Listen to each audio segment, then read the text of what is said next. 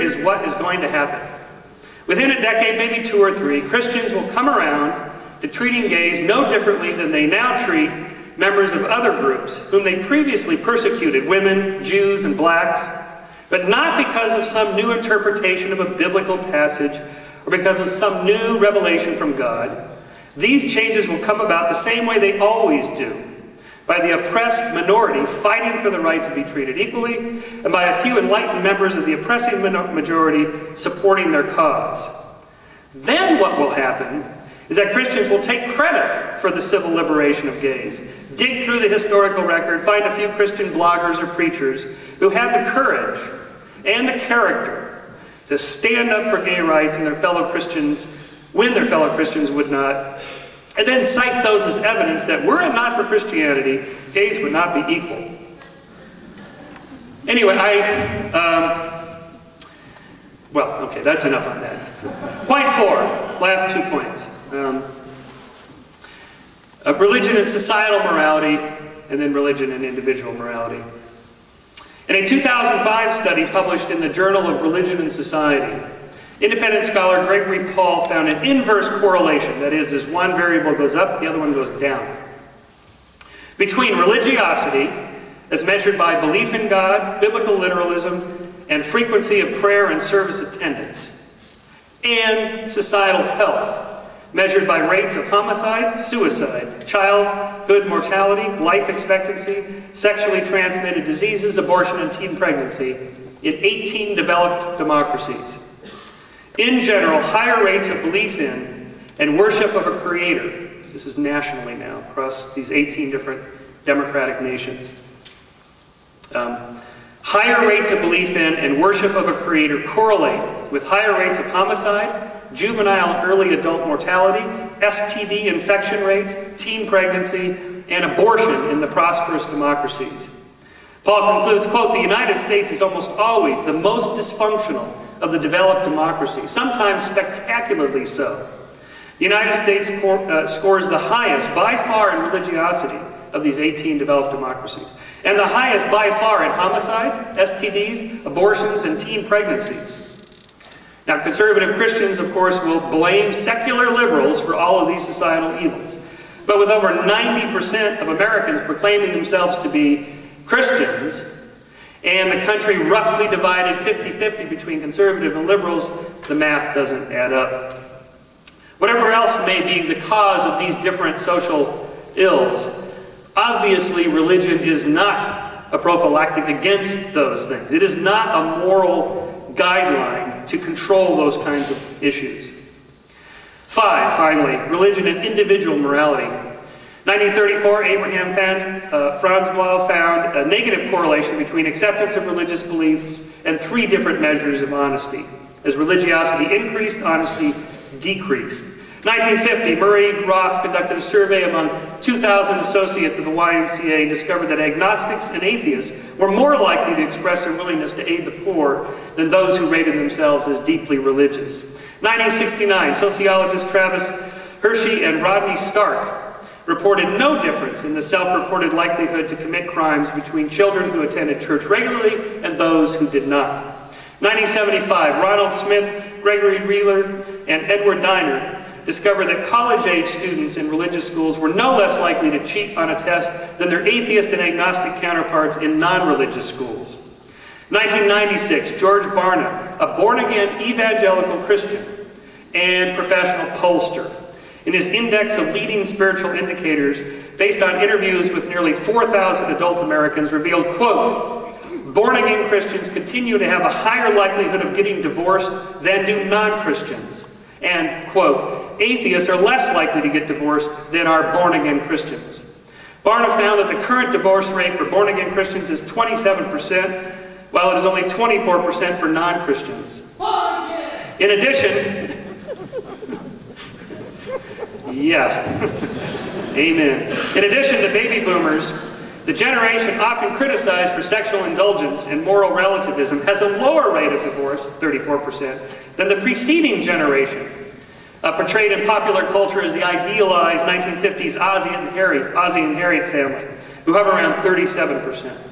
All right, that's 1996, about 5 years later. In a 2001 survey, Barna found that 33% of all born-again individuals who have been married have gone through a divorce, which is statistically identical to the 34% incidence among non-born-again adults. In other words, sorry for the data dump there, but the point of all this is that religion seems to have no relationship at all to marital standing, divorce, and so forth. And this, I picked George Barna because he is an evangelical Christian. His point of publishing all this data is for the church to get its own house in order, because for the obvious hypocrisy problems there.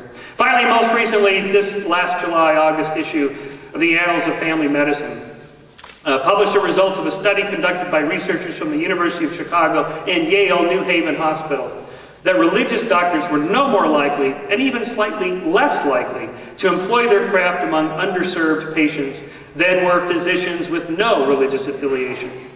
Specifically, the lead investigator on this, Farr Curlin, MD, and associate professor of medicine at the University of Chicago, and his colleagues surveyed 1,820 practicing physicians from all different specialties.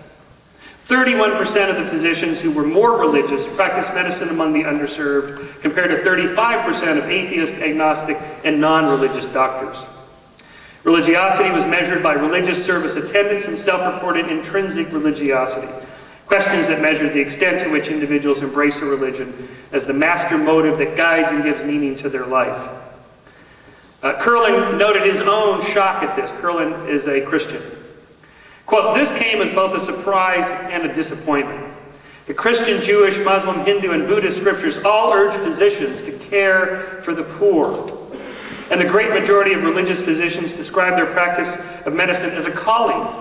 Yet, we found that religious physicians were not more likely to report practice among the underserved than their secular colleagues." There was one interesting finding that Curlin made. There was a difference. Those who identified themselves as very spiritual, whether they were religious or not, were roughly twice as likely to care for the underserved as those who described their spirituality as low. Quote, "Part of this divergence between religion and spirituality can be traced to a rift between Christian denominations in the late 19th and early 20th century," Curlin concludes. About a century ago, he noted, many of the mainline and liberal Protestant churches began to emphasize efforts to right social injustices, while the more conservative churches tended to stress doctrinal orthodoxy. Research indicates that those who consider themselves spiritual but not so religious are more likely to be found in the more liberal denominations. Again, the point of this is again, splitting this, Christianity is too large a concept, and we have to break this down. Who are we talking about here? Okay, it's the more liberal, the more secularized Christianities, the people that consider themselves to be spiritual. Those are the ones, at least in this study, physicians who were more likely to help. Why? Because they have their priorities straight of what really matters. Consider the difference in this own field. Say between Rick Warren, author of A Purpose-Driven Life, who I had the chance to spend a week with and found him to be a remarkable man, versus, say, the Ted Haggard, James Dobson focus on the family branch of Christianity. That is, caring and being concerned about those outside of our immediate sphere, those who are truly needy, poor, people in Africa, so on, or even the poor here, AIDS in Africa, whatnot. Versus the Ted Haggard, James Dobson approach of, we really deeply care about your personal morality, what you're doing in your private lives. If you follow the James Dobson approach of Christianity, we are to believe that the creator of the universe's biggest concern is what consenting adults are doing with their sex organs in the privacy of their bedrooms. This is what these Christians deeply care about, which I contend is where religion goes deeply wrong, especially Christianity. So in conclusion, the problem with any kind of extreme absolutism, particularly in religion where it flourishes so much, is that it leads to absolute intolerance. Once you believe that you have the absolute and final answers to moral questions, why be tolerant of those who refuse to accept your truth? Religiously based moral systems apply this principle in spades. From the medieval Crusades and the Spanish Inquisition to the Holocaust in Bosnia, history is rife with examples of intolerance. In the name of their religion, people have lighted faggots to burn women accused of witchcraft. In the name of God, religious people have sanctioned slavery, anti-Semitism, racism, homophobia, torture, genocide, ethnic cleansing, and war. Not only does religion not necessarily make one more moral, it can lead to greater intolerance, racism, sexism, and the erosion of other values cherished in a free and democratic society. Now, I guess I have about 2 minutes left, where I would disagree with my friends Richard Dawkins and Christopher Hitchens, this idea that if we just got rid of religion, this would solve these kinds of conflicts. I don't think so. I disagree with both of them and with Dinesh D'Souza. Humans are by nature tribal. We naturally divide ourselves up into in-groups and out-groups. That comes from our evolutionary heritage. Within our groups, we're very pro-social, cooperative, altruistic, and so forth. Between groups, we're very competitive, bellicose, xenophobic. And so the key to this problem is how to solve that problem.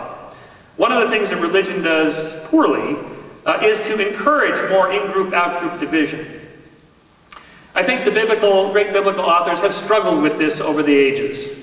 In the early books of the Old Testament, they talk about love thy neighbor. Well, in the early stages of the development of Judaism, thy neighbor was thy immediate fellow in-group member, in which that is who you are to project your altruism, pro-social, cooperative energies. And that's why the parts of the Old Testament are filled with all these disastrous, awful stories about the rape and murder and pillage of those other guys not in our group. That's what that was all about. By the end of the Old Testament, particularly say by the book of Ruth, thy neighbor becomes members of the out-group. So by the time the Christians get around to it with Jesus' Sermon on the Mount, the Jews had already figured this out. So there was a natural flow, a natural transition in culture to be much more inclusive of people not in our in-group. So while religion can have part of that, there's something else going on here. That religion, in my opinion, more often follows the cultural trend rather than leads it. So in conclusion, it's a huge subject. Religion is great and wonderful for many people on many levels, and that part of religion I like, including parts of Christianity that does that. But it also does many great and terrible things, great in terms of large, terrible things. And that part we can't endorse. So the point of a free society in which we have a legal system that protects us all to believe or disbelieve what we want, we can sort these things out peacefully through events like this. Thank you.